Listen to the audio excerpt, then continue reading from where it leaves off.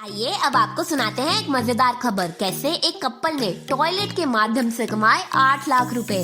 जी हाँ, इटली के एक कपल ने 19 साल पहले अपने पड़ोसियों के टॉयलेट द्वारा किए गए तेज फ्लशिंग साउंड के बारे में शिकायत की थी। उन्होंने ये शिकायत 2003 में की थी कि टॉयलेट के फ्लश से इनटॉलरेबल साउंड प्रोड्यूस होती है, जिसके कारण उनकी रात की नींद डिस्टर्ब होती है।